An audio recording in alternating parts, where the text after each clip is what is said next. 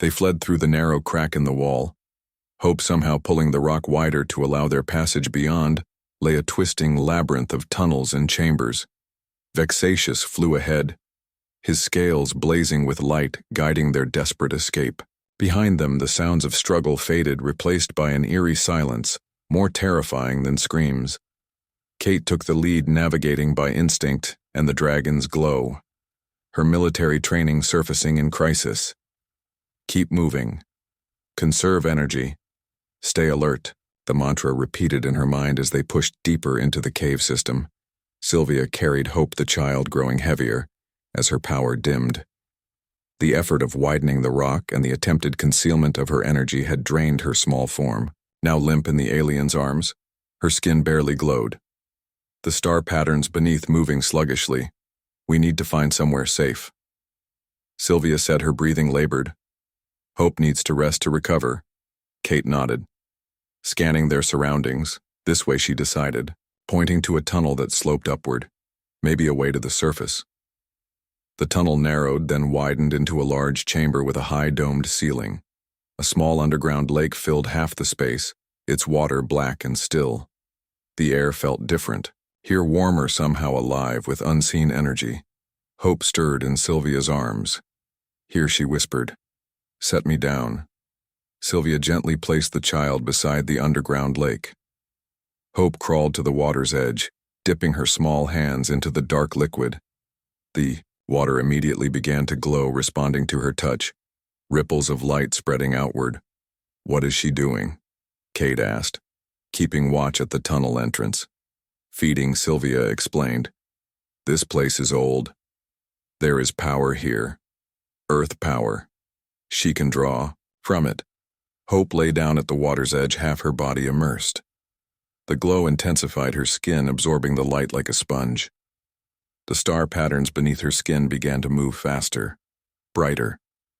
Vexatious settled beside her, his scales shifting to match her renewed glow.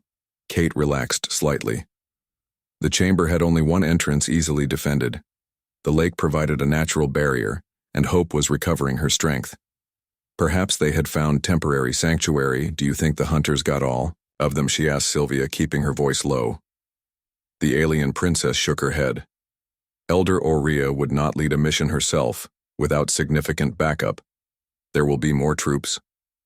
Further, she gazed at Hope with concern. Once the hunters finish feeding, they will come for Hope.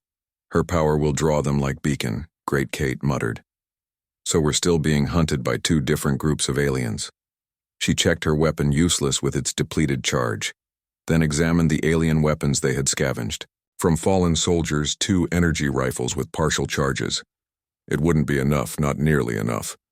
Hope sat up suddenly, her star eyes wide. "They come," she said simply. Kate moved to the tunnel entrance, peering into the darkness. From far below came the sound of movement. Many feet, armored boots on stone. The Etheri had regrouped faster than expected. Sylvia joined her at the entrance. "How many?" "Too many," Kate replied grimly. "And we have nowhere to run."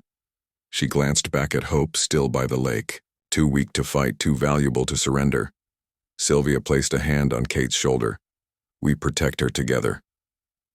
Until the end." Kate nodded, then frowned, noticing something strange about the cave wall beside the entrance. The rock was different here, not natural, manufactured. Almost like, this isn't just a cave, she realized, running her hands over the wall, feeling for seams' edges.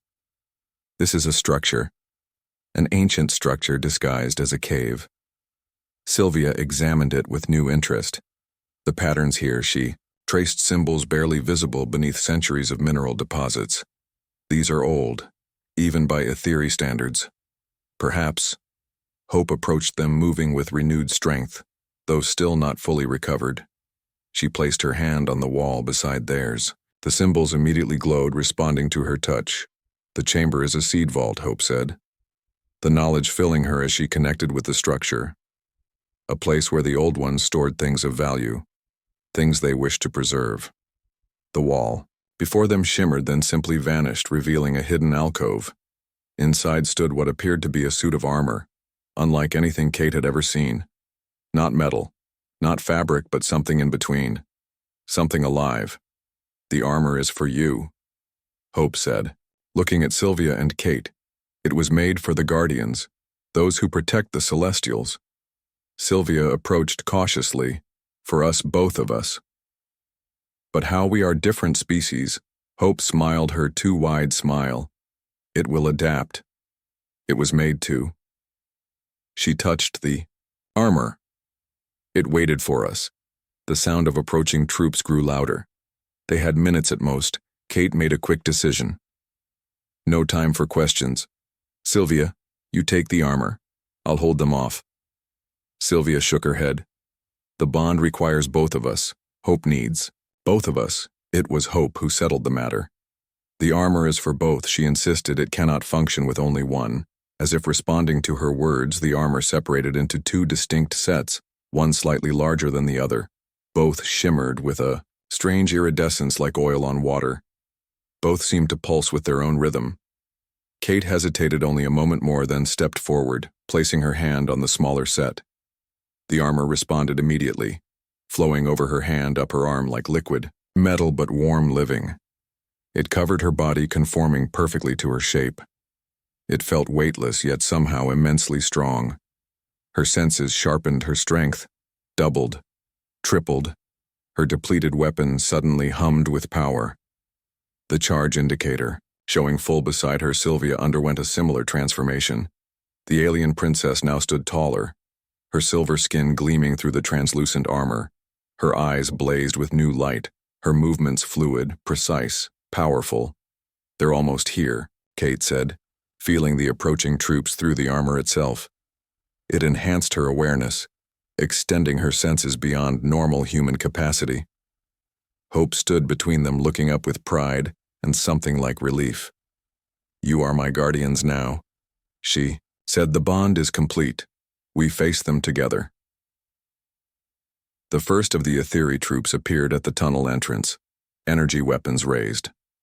They hesitated, seeing the transformed women standing protectively before the celestial childfire. Came the command. From somewhere behind the front line, energy bolts filled the chamber, streaking toward the small group. Kate raised her hand instinctively. The armor responded, creating a shield of pure force. The enemy fire dissipated harmlessly against it.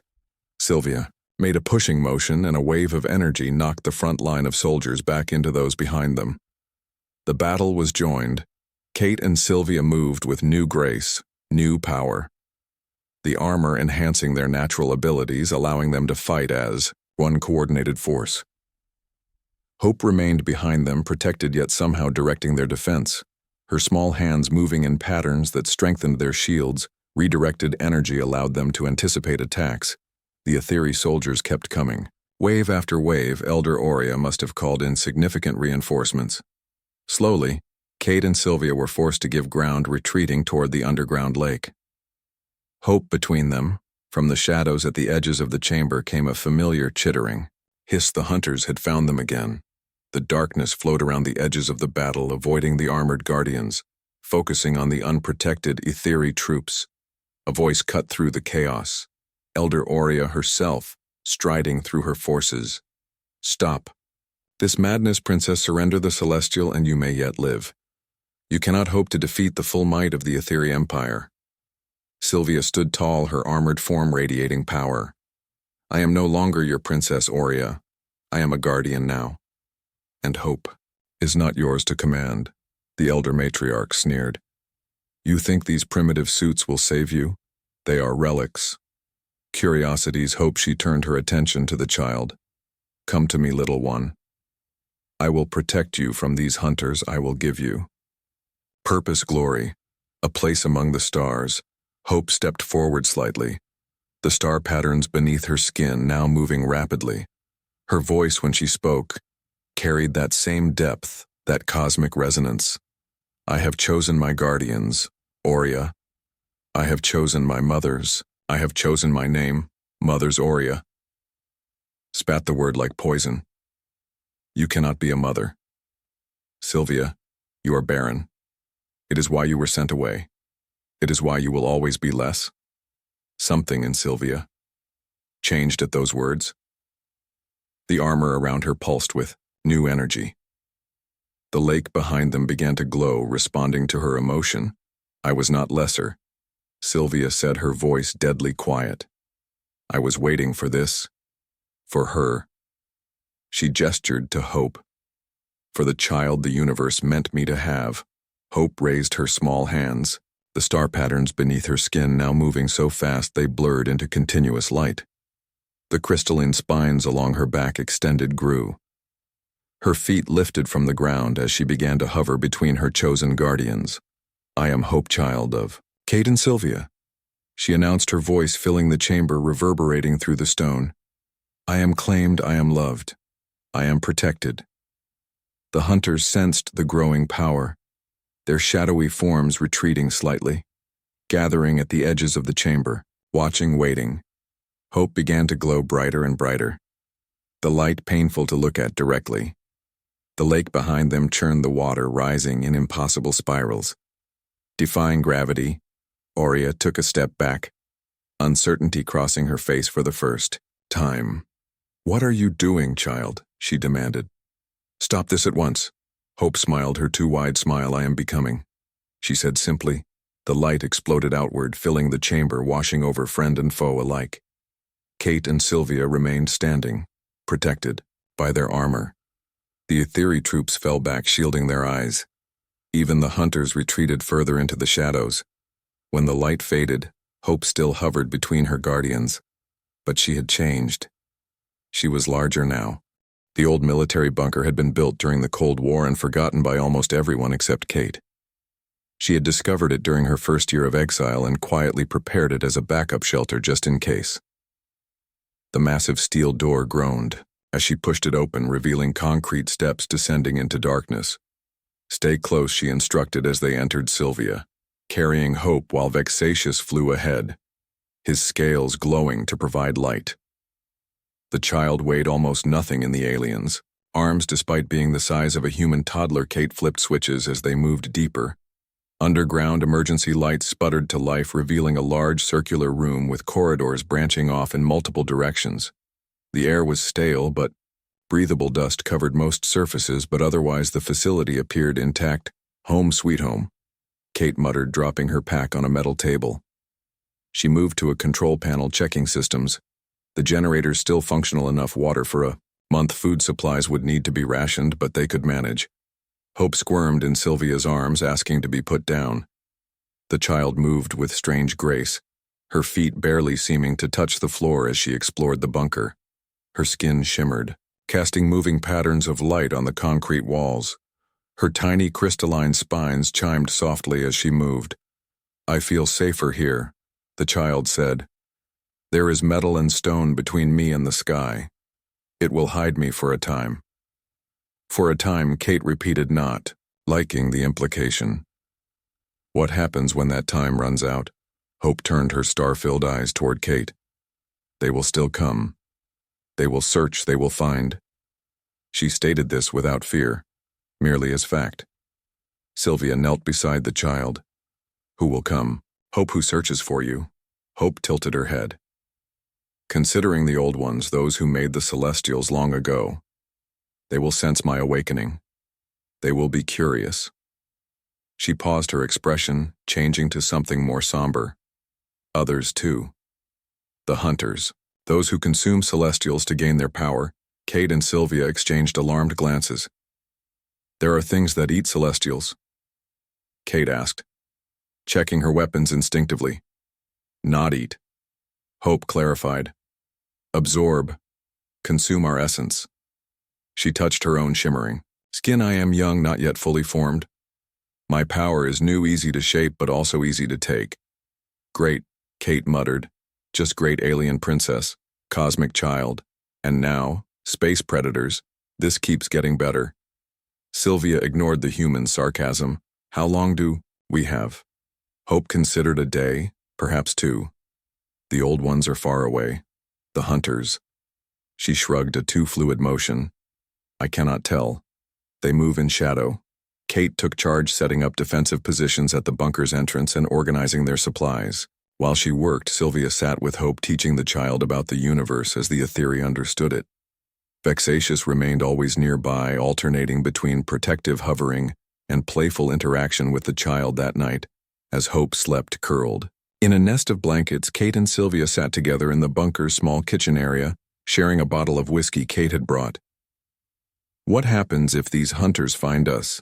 Kate asked, keeping her voice low. "Will they kill us to get to her?" Sylvia sipped, the burning liquid, her silver eyes reflecting the dim light. "If the legends are true, they will ignore us entirely. We are nothing to them. Only the celestial matters that should be comforting but isn't," Kate said, taking a longer drink. "Do you have a plan, Princess? Because I sure don't. Our options seem limited. We can't keep running forever." Sylvia was quiet for a long moment. "I have been considering something," she finally said, reaching into her pocket. She withdrew a small crystal vial filled with shimmering blue liquid. "On my homeworld, there is a belief that celestials respond to intention to devotion.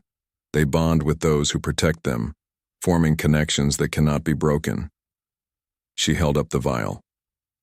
"This is a fertility elixir given to me centuries ago. I never used it, fearing disappointment. But now," Kate frowned. "You think this magic potion will help somehow?" Sylvia shook her head. "Not in the way it was intended, but the elixir contains elements that might help Hope recognize us as—" Her voice faltered as parents. Kate repeated incredulously. "She's not exactly a normal kid. Sylvia, she came out of a rock. She talks about space predators. She has stars in her eyes. Hope is a child. Nonetheless," Sylvia insisted, "a celestial, yes, but still a child forming, learning, growing. If she bonds with us, recognizes us as her protectors, her family, the hunters would have to go through us to reach her. And that helps. How exactly? We're not exactly cosmic powers here. The bond would give her strength." Sylvia explained. "It would accelerate her development, give her access to her innate abilities sooner. She might be able to defend herself." "Defend us?" Kate considered this. "It seems like a long shot. Do you have a better plan?" Kate conceded the point with a shrug.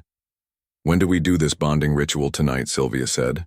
"While she sleeps, we each drink half the elixir and then we—" Her silver skin flushed slightly.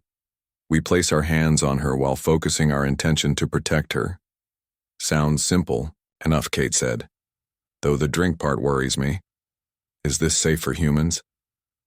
Sylvia hesitated. "I believe so. The elements are similar to those found on Earth. The essence is simply concentrated." Kate took the vial, examining the swirling liquid. "Well, we've come this far, might as well go all in." She raised the vial in a mock toast to parenthood with an alien princess and a star child. Cheers. They returned to the room where Hope slept. The child glowed softly in the darkness, her skin pulsing with gentle light. Vexatious curled beside her, his scales matching her glow. Sylvia uncorked the vial, carefully dividing the liquid between two small cups. She handed one to Kate. They drank simultaneously. The liquid burned, going down worse than the whiskey. Kate gasped, feeling it spread through her body like fire, then like ice, then like electricity. Her skin tingled, her vision blurred briefly, then sharpened, everything suddenly in hyper-focus. She could hear Hope's gentle breathing, the hum of the generators, even the subtle movements of dust in the air. Sylvia seemed similarly affected, her silver eyes now glowing, her skin almost translucent. Kate could see what looked like stars moving beneath the alien skin, a mirror to the child's own shimmer. "Now," Sylvia whispered. Kneeling beside Hope, Kate joined her, their shoulders touching as they each placed a hand gently on the sleeping child. The effect was immediate and overwhelming. Hope glowed brighter, her light enveloping their hands, moving up their arms. Kate felt a rush of connection, of knowing 1,000 stars being born, 1,000,000 voices singing across vast distances, the cold between galaxies, the warmth of nebulae, endless cycles of creation and destruction. She saw glimpses of what Hope knew, what she was, what she might become. When the light faded, Kate found herself on her knees, tears streaming down her face beside her. Sylvia looked equally shaken, but between them Hope now sat awake, her star eyes wide with wonder. "I feel you," she said, simply touching each of their faces with her many-fingered hands. "You are in me now, and I am in you." Before either woman could respond, an alarm blared from the control room. Kate was on her feet, instantly running to check the security monitors. Sylvia and Hope close behind on the screen. Multiple heat signatures moved through the forest surrounding the bunker. Too many to count. Too organized to be wildlife. "How did they find us so quickly?" Kate demanded, checking her weapons. Hope stood on tiptoe too. "See the screen? Those are not hunters," she said. "Those are Etheri." Sylvia paled. "The Council. They must have detected the energy surge when we bonded with Hope." She turned to Kate. "They will have the bunker surrounded within minutes. Their technology can penetrate these walls eventually." Kate was already moving, grabbing essential supplies. "They want the child. They can't have her. We need another exit.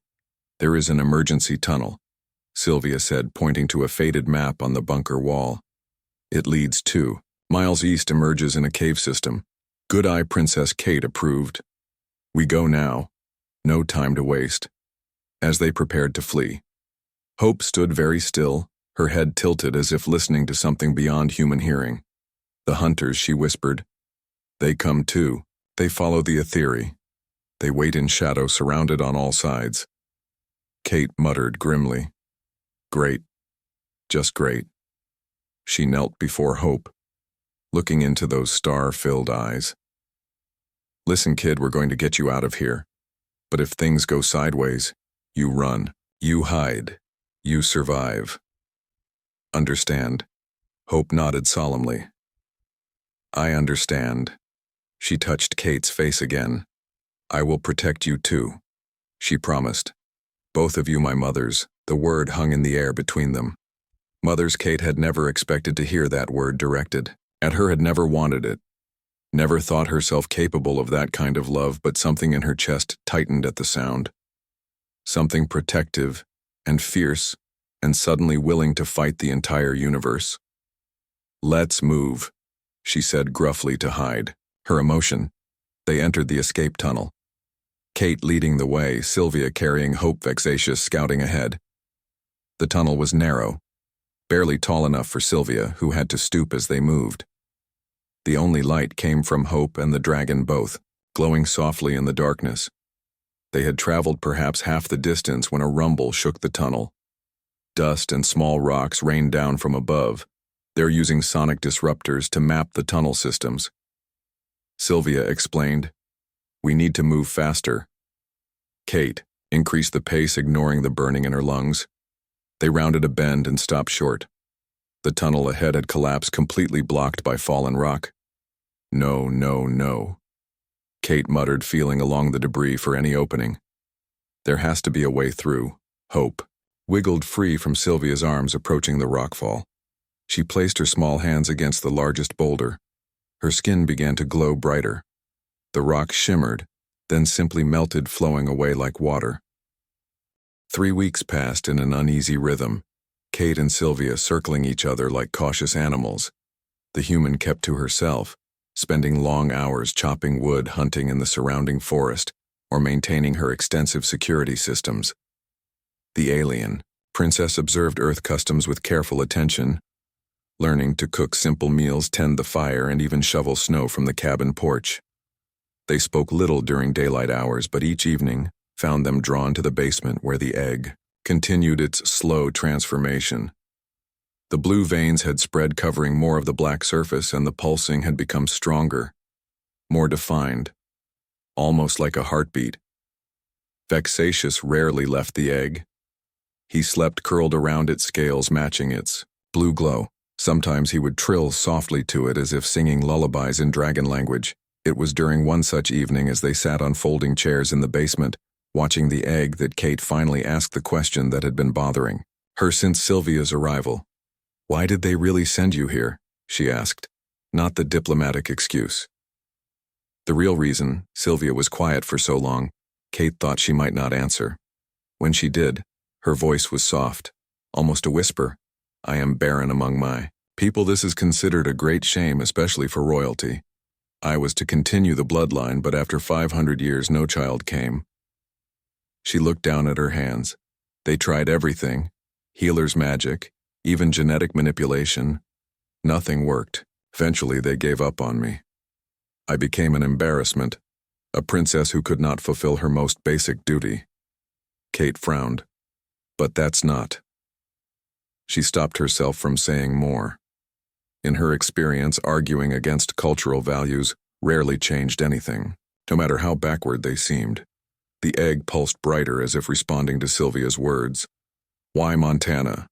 Kate asked, changing the subject. Why send you here specifically? The corner of Sylvia's mouth curved slightly. The Aetheri Council believes humans are primitive, barely worth diplomatic attention. Montana is considered particularly remote, a perfect place to exile an unwanted princess. She glanced at Kate, and you. A perfect host, someone who would not welcome an alien visitor. Someone also in exile, Kate snorted. So they sent you to me as punishment for both of us. Exactly, Sylvia agreed. The absurdity of it hung in the air between them. Then unexpectedly Kate laughed, a short, harsh sound, but genuine. Nonetheless, the alien princess joined her. With a soft musical chuckle, bureaucracies, Kate said, shaking her head. Same across the universe. The egg pulsed brighter in response to their laughter. The next morning, Kate woke to find Sylvia already in the kitchen. The alien had managed to figure out the coffee maker and held out a steaming mug as Kate entered. I have been experimenting with your earth cooking, Sylvia said, gesturing to what appeared to be scrambled eggs in a pan. The alien had taken to wearing Kate's spare clothes, jeans, and flannel shirts that hung loosely on her slender frame. Her silver hair was pulled back in a practical braid. Kate accepted the coffee with a grunt of thanks. Taking a sip, she raised her eyebrows in surprise. It's good, Sylvia inclined her head, I observed. Your method. The ratio of coffee to water is important. They ate breakfast in companionable silence. After 3 weeks, the awkwardness had begun to fade, replaced by routine. The storm season had kept them mostly indoors, forcing a kind of proximity that had gradually worn away at Kate's defenses. I'm going to check the perimeter today, Kate said finally. The security sensors on the North Ridge have been glitchy. Might be the snow, might be something else. Sylvia looked up. I could accompany you if you wish. Kate hesitated, then nodded. Might as well see how you handle the terrain. Dress warm, it's brutal out there. An hour later, they trudged through knee-deep snow, following a path only Kate could see. The forest was silent around them, the evergreens heavy with white. The alien moved with surprising ease through the snow, her natural grace unhindered by the difficult terrain. They reached a ridge overlooking the valley below. Kate knelt beside a small device half buried under a fallen log, checking its readings while Sylvia stood watch. The sky above was clear and painfully blue. The cold so intense it burned with each breath. You fought in a war, Kate said suddenly, not looking up from her work. The Proxima Centauri conflict. What happened? Sylvia was quiet for a moment. I was stationed at an observation post. Our mission was to monitor alien vessels entering our solar system. The brass wanted early warning in case of invasion. She adjusted a wire in the device. I was good at my job. Too good. Maybe I spotted an anomaly, something that didn't match known signatures. But when I reported it, my superiors hushed it up. Classified everything I saw. The memory still rankled. The cover-up, the lies. She had been a good soldier, trusted the chain of command. And they had betrayed that trust, the meteorite. Kate continued. The egg. I found it at the crash site of whatever I saw. My commanding officer ordered me to secure the site and wait for the science team. But something felt wrong. Their eagerness, the secrecy. I made a choice. She looked up at Sylvia. I took it and ran. Been running ever since. Sylvia considered this. Among my people, such disobedience would be unthinkable. Kate shrugged. Probably should be unthinkable for humans too. But here we She stood brushing snow from her knees. Sensors are working fine, false alarm. They made their way back to the cabin in silence, each lost in her own thoughts. As they crested the final hill, the cabin came into view. Smoke rising from the chimney. Against the pristine white landscape, it looked impossibly small and fragile.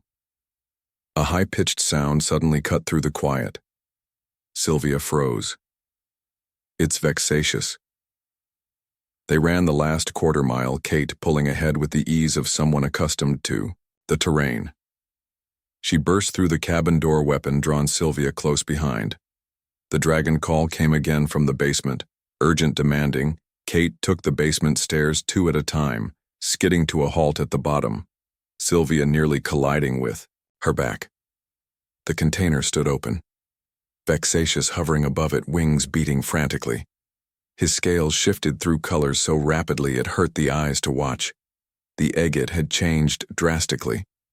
The black surface was now completely covered in blue, veins pulsing rapidly. The entire egg had grown now the size of a beach ball, and it was moving. Small shifts and trembles as if something inside was struggling to get out. Vexatious landed on Sylvia's shoulder, chirping excitedly in her ear. "What is?" he sang. Kate asked. Not taking her eyes from the agate's beginning, Sylvia whispered. Her face showed a complex mixture of emotions. Fear, awe, hope. Something is awakening. The egg rocked slightly, a hairline crack appearing along one side. Blue light spilled from the crack, illuminating the basement with an unearthly glow. "Should we do something?" Kate asked, uncertain. "Help it? Or, no." Sylvia laid a restraining hand on Kate's arm. "We must not interfere. The hatching process is delicate. Any disruption could harm the celestial. So we just watch, we bear witness." Sylvia corrected. "This may be the first celestial birth in 1,000 years. Hours passed. The women took turns watching the egg, Kate bringing down food and coffee as the day wore into evening. The crack in the egg widened slowly, blue light spilling out in ever brighter rays. Vexatious remained constantly alert, scales now permanently gold, his tiny body vibrating with excitement. "What will it be?" Kate asked during one of their shifts. "What will it look like?" "The legends vary," Sylvia admitted. Some say celestials appear as beings of pure light. Others describe them as having physical forms that change according to the observer, something between energy and matter. The ancient texts are unclear. Great, Kate muttered. Always love a good surprise. She had positioned several weapons around the basement, just in case. As midnight approached, the egg began to rock more violently. The crack had spread halfway around its circumference. The blue light had become so bright they could barely look at it directly. Vexatious began to sing a strange melodic trilling that resonated with the egg's pulsing. Sylvia reached out, taking Kate's hand. Her skin was warm, almost hot to the touch. Kate startled at the contact but did not pull away. The two women sat side by side as the crack widened further. It was nearly dawn when the egg finally split open.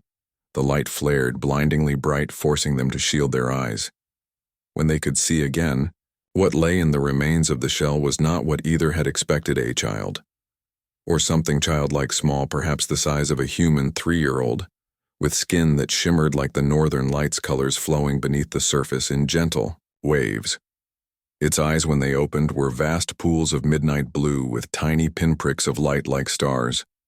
Its small hands had too many fingers, each tipped with a tiny claw. It had no hair, but along its spine, a ridge of what looked like crystal. Formations caught and refracted the light. "Hello," the being said, its voice neither male nor female, but somehow both at once resonant with harmonics that made the air vibrate. Sylvia moved forward, slowly sinking to her knees before the creature. "You can speak. I have been listening," the child said, its head tilted at an inhuman angle. "I have heard you both." While I grew, Kate stayed where she was, hand resting on her weapon. "What are you exactly?" "I am celestial," the child said, as if this explained everything. "I am of the stars and space between. But also," she looked down at her shimmering hands with curiosity, "I am new. I am becoming. Vexatious approached the child cautiously. The dragon and the celestial regarded each other for a long moment. Then the child reached out one many-fingered hand and stroked the dragon's head. Vexatious purred, his scales shifting to match the child's shimmering skin. Are you hungry? Kate asked awkwardly. Do you eat food? The child considered this. I consume energy. Kate Winters was on her third cup of coffee when the sky outside her cabin window began to change. The morning had been clear and cold, typical Montana winter, but now the air seemed to ripple like water. The coffee mug stopped halfway to her lips as she watched the northern lights appear in broad daylight, swirling in impossible patterns. Military instincts kicked in immediately. Her hand moved to the pulse rifle she kept by the kitchen table. This was no natural phenomenon. She had been told an alien diplomat would arrive today. Some kind of intergalactic exchange program. The government rep had explained during their encrypted call Kate had agreed only because refusal meant giving up her cherished isolation. They would have relocated. Her assigned her a new identity again. The alien was the lesser evil. Still, she had expected a proper landing ship, not this light show outside her window. The aurora spiraled tighter, forming a tunnel of light that touched down in the clearing beside her lake. When the lights faded, a slender silver vessel stood on the snow unmarked by any symbols. Kate recognized. Kate moved to the porch rifle, ready, but not raised. The mountain air bit at her cheeks as she watched the vessel door open. A tall figure emerged, walking with inhuman grace across the snow. The alien was female, or appeared so. Kate noted with a tactical eye, humanoid with silver hair that fell to her waist and skin that seemed to glow from within. Her eyes were large and completely silver without pupil or iris. Her ears tapered to delicate points. She wore simple clothes not unlike Kate's own, except for the material which seemed to shift colors with each movement. More surprising was the small creature perched on the alien's shoulder. At first, Kate thought it was some kind of lizard, but as it moved, its scales rippled with changing colors and tiny wings unfurled from its back. A dragon. No bigger than a house cat, but unmistakably draconic. The alien stopped a respectful distance away, studying Kate with those unsettling silver eyes. Greetings, human. Kate the alien said, her voice like wind chimes in a gentle breeze.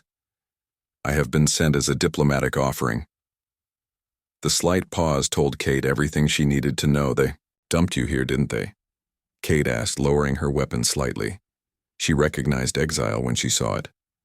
After all, it took one to know one. The alien's serene mask cracked for just a moment. Something like surprise or perhaps respect flickered across her face. The Etheri Council believes this assignment beneath my station. It is meant as a punishment, Kate snorted. Well, that makes two of us who have been exiled. She stepped aside, allowing the alien entry house rules. No setting things on fire. She glanced pointedly at the dragon. No mind control, and you help with chores. Kate had expected resistance, or at least royal indignation. Instead, the alien nodded with what appeared to be relief. I am called Sylvia, she said, stepping onto the porch. Her height became more apparent as she drew closer. She stood nearly 7 feet tall, forcing her to duck slightly to enter the cabin doorway. This is Vexatious, she added, gesturing to the dragon odd name. Kate said, closing the door behind them. He earned it, Sylvia replied with what might have been a hint of humor. The inside of the cabin was sparse but comfortable. A large stone fireplace dominated one wall with worn but quality furniture arranged before it. The kitchen was small but well equipped. Books filled every available shelf space, and a few technical devices hummed quietly in corners. Kate gestured vaguely. Bathroom through there. Spare room in the back. You can set up however you like. The government people brought extra supplies yesterday. Food, clothes, whatever they thought an alien might need. There was an awkward pause. I don't entertain. Much. Sylvia inclined her head. I require little. I will not intrude on your space more than necessary. The small dragon suddenly perked up his scales, shifting from emerald to bright gold. He leapt from Sylvia's shoulder, darting across the room with surprising speed, heading straight for the basement door. Vexatious, no, Sylvia called. But the dragon had already phased through the wooden door, passing through it like it was missed. What's down there that's got your lizard so excited? Kate asked, suspicion returning in full force. Nobody goes in my basement. Not aliens, not dragons. Nobody. Sylvia's expression was puzzled. Dragons are drawn to energy signatures that resonate with creation potential. Whatever you have hidden below it calls to him. Kate moved quickly to the basement door, unlocking it with a key she kept around her neck. She descended the stairs, calling over her shoulder. Stay up there. Alien. The basement was cooler than the rest of the cabin. Concrete floor metal shelving along the walls. Mostly storage survival supplies, weapons cases, ammunition. But against the far wall sat a lead container about the size of a small refrigerator. It was secured with multiple locks and surrounded by monitoring equipment. The lid was still closed, but the dragon Vexatious was perched on top scales, glowing gold eyes fixed on the container. Get away from that, Kate ordered. The dragon ignored her completely. Kate heard soft footsteps on the stairs. Sylvia appeared at the bottom, looking around with curious eyes before focusing on the container. And her dragon. I told you to stay upstairs, Kate said, anger rising. Vexatious does not disobey without reason. Sylvia replied calmly. What is in this container? Nothing that concerns you, Kate said. This isn't some diplomatic show and tell. The dragon chirped, its scales pulsing with light. Sylvia stepped closer to the container, her head tilted as if listening to something there. Is life in there? Sylvia said softly. Not human, not animal. Something else. She looked at Kate with new intensity. What have you found human? Kate considered lying, but something in those silver eyes made her hesitate. 3 years ago, during the Proxima Centauri conflict, I was stationed at an observation post. A meteorite landed nearby. Small, strange. The science team wanted it, but there was something about it. Something wrong about how eager they were to get their hands on it. Kate paused. Remembering she had broken protocol, stolen the meteorite, abandoned her post. The court-martial would have been swift if they had caught her. But they hadn't, and here she was in exile with her secret. I took it. She finished. Why do you care? Sylvia gestured to her dragon. He cares. Therefore I care. May I see it? Kate hesitated, then shrugged. What the hell? The alien was living here now. Secrets would be hard to maintain. She unlocked the container. Lifting the heavy lead lid, inside, nestled in protective padding, was a rock about the size of a basketball. Its surface was midnight black but shot through with veins of blue light that pulsed in a slow, steady rhythm. Sylvia drew in a sharp breath, one hand going to her throat. The dragon chirped excitedly, circling. The container. Do you know what it is? Kate asked, watching the alien's reaction carefully. Sylvia nodded slowly, not taking her eyes from the pulsing stone. I know what the legends say. This is a celestial egg. They are believed to be extinct, an egg. Kate repeated, as in. With proper nurturing, it will hatch. Sylvia confirmed, a strange emotion flickering across her face. Among my people I am considered cursed, unable to bear children. Yet somehow the universe has delivered a cosmic child to my doorstep. Wait. Back up. Kate held up her hands. You're telling me this rock is alive, that it's going to hatch into some kind of space monster? Not a monster, Sylvia corrected. A celestial. A being of immense power and potential. The ancient texts speak of them as guardians of reality itself. Kate looked skeptical. So I have an alien, a dragon, and now a god egg in my basement. Great, just great. The dragon Vexatious had settled on top of the egg. His small body curled protectively around it. His scales matched the blue pulsing light of the veins in the egg. If your people find out about this, they'll take it, won't they? Kate asked, already knowing the answer. Sylvia nodded gravely. They would see it as a resource to be controlled. The Etheri have long sought celestial offspring for their dimensional manipulation abilities. Then we don't tell them, Kate said simply. I've hidden from governments before I can do it again. She closed the lid of the container, though not all the way, leaving a small gap. Vexatious remained inside. Curled around the egg, Sylvia studied the human with new interest. You would protect this egg. Why? Kate shrugged. Because whatever is in there deserves a chance to be born without being weaponized. She didn't add that her entire military career had been spent watching people in power turn wonders into weapons. She had seen enough of that to last several lifetimes. The two women stood in silence, regarding each other with new understanding. The exiled princess and the hermit soldier brought together by cosmic chance. That night, as Kate showed Sylvia to the spare room, the alien princess paused in the doorway. "I believe I understand now," she said. "Understand what?" Kate asked. "Why I was sent here. The universe has patterns that even the Etheri Council cannot see. Perhaps I was meant to find this egg to help shepherd a new celestial into being." Kate rolled her eyes at the metaphysical talk. "Keep that new age stuff to a minimum around me, princess. I prefer dealing with what I can see and touch." Sylvia smiled for the first time, a subtle curving of lips that transformed her face. "Is that not exactly what we have found? An egg you can see and touch that contains something beyond comprehension?" Kate had no answer for that.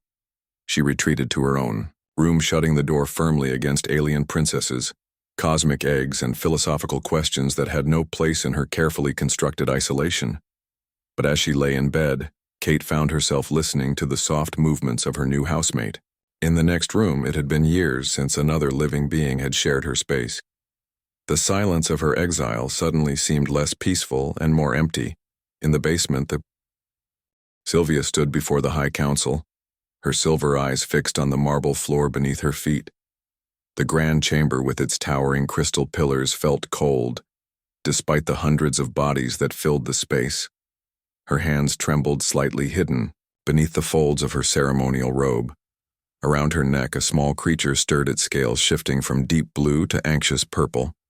Vexatious had been with her for over 3 centuries now. The quantum dragon was more than a pet. He was her only true friend in the royal court. The tiny dragon sensed her distress and pressed closer to her skin, offering what comfort he could.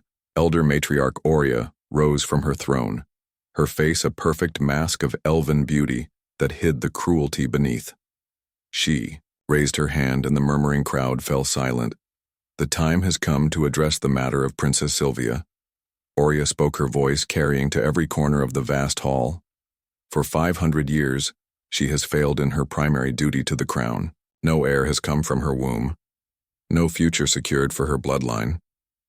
Sylvia kept her face neutral, though the words cut deep like they always did. She was the only royal in 8 generations to be labeled barren, a shameful condition in Etheri society, where fertility was not just expected, but revered as power. "The council has reached a decision," Aurea continued. "We have found a suitable position for the princess, one that matches her capabilities." The slight emphasis on the final word caused several council members to hide smiles behind their hands. Sylvia felt her chest tighten. "Princess Sylvia will be sent to Earth as our new ambassador to the humans, specifically to their warrior zone called Montana." The announcement sent ripples of barely concealed laughter through the chamber. Everyone knew this was no honor but a final humiliation for the barren princess. Humans were considered primitive creatures in the galactic hierarchy, barely worth diplomatic attention. Being sent to them was the equivalent of political exile.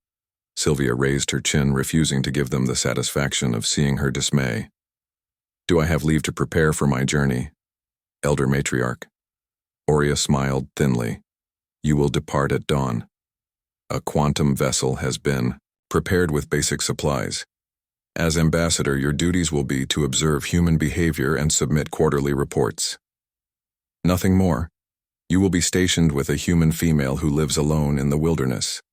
She has been told an alien representative is arriving, though not of your royal status." More snickering from the council. The insult was clear. They were sending her to live with some insignificant human hermit, a princess of the royal house relegated to gathering dust in a primitive cabin. "On a backward planet, I accept this honor," Sylvia said formally, bowing low enough to be respectful but not so low as to seem grateful. "The council is adjourned," Aurea declared. The others rose, filing past Sylvia, with expressions ranging from pity to amusement. None met her eyes directly. When the chamber emptied, Sylvia remained standing alone in the center, her thoughts racing. Vexatious chirped softly, unfurling his tiny wings to hover at eye level with her. His scales had shifted to a determined, "Gold, they think they punish us, little one," she whispered. "What they do not know is that I have studied humans for decades. Their ways, their beliefs, their strange capacity for growth. They are young as a species, yes, but there is something about them that our people have lost." Vexatious tilted his head, his gem-like eyes blinking in agreement. He had never judged her for her interest in human culture, unlike the court who saw it as yet another of her peculiarities. Sylvia turned and walked from the chamber, her steps growing more confident with each passing moment. Perhaps this was not the end of her story, but the beginning of something new. In her private quarters, Sylvia discarded her ceremonial robes. She would not take them to Earth. She selected simpler garments, ones that might help her blend more easily with humans, though her pointed ears and luminescent skin would always mark her as other. As she packed her few personal belongings, she came across a small crystal vial hidden in a secret compartment of her jewelry box. Inside swirled a shimmering blue liquid, a fertility elixir gifted to her centuries ago by a wandering seer from beyond the 7 systems. She had never dared to drink it, too afraid of the hope it represented. Too afraid of more disappointment, she tucked it into her travel pouch. Perhaps on Earth, far from the judging eyes of her people, she might find the courage to try it. The night passed quickly as Sylvia prepared. Vexatious flew about the room, helping, in his way, bringing her items she might have forgotten. He seemed excited by the prospect of adventure, more animated than he had been in decades of court life. When dawn came, a servant appeared at her door, eyes downcast. The young elf led Sylvia through the palace halls to the quantum launch bay where a small vessel waited. The ship was modest, designed for single occupancy and basic function. Another slight to her status. Sylvia said nothing as the technicians explained the simple controls. "Ambassador, the flight path is preset." The technician said, her voice professional but her eyes avoiding Sylvia's. "You will arrive at the human dwelling within 7 Earth hours. The human has been given basic translation technology to facilitate communication. You are expected to establish diplomatic presence immediately." Sylvia nodded, boarding the vessel without looking back. She secured herself in the pilot seat while Vexatious settled on the control panel, his tail curling around a lever for stability R. "You ready for our exile, little one?" she asked as the launch bay doors opened, revealing the pink and gold sky of early morning. Vexatious chirped, his scales rippling with colors of excitement. The dragon had never been off-world before. The vessel hummed to life, rising smoothly through the atmosphere. Sylvia watched through the viewport as her homeworld grew smaller, the magnificent spires of the Etheri capital glittering in the morning light. How strange to feel relief at seeing it fade from view as the quantum engines engaged, preparing for the jump to Earth. Sylvia felt something unexpected stirring within her, something she had not experienced in centuries.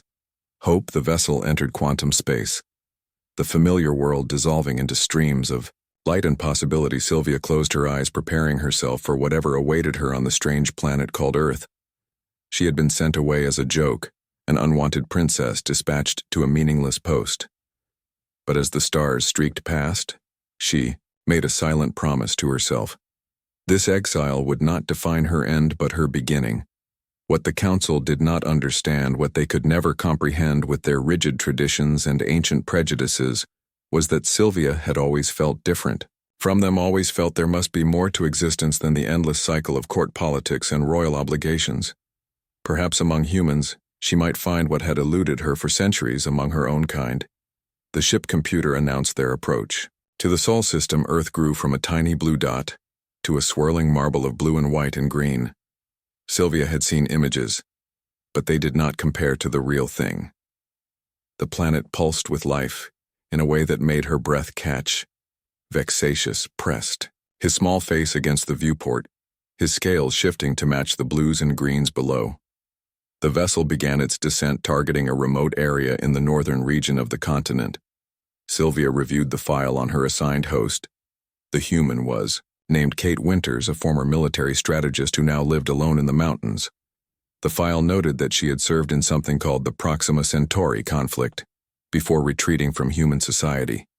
Kate was considered stable but unsociable by her own kind, making her perfect for this diplomatic joke. The ship broke through clouds, revealing snow-covered peaks and vast forests. A small structure came into view, a wooden cabin beside a frozen lake.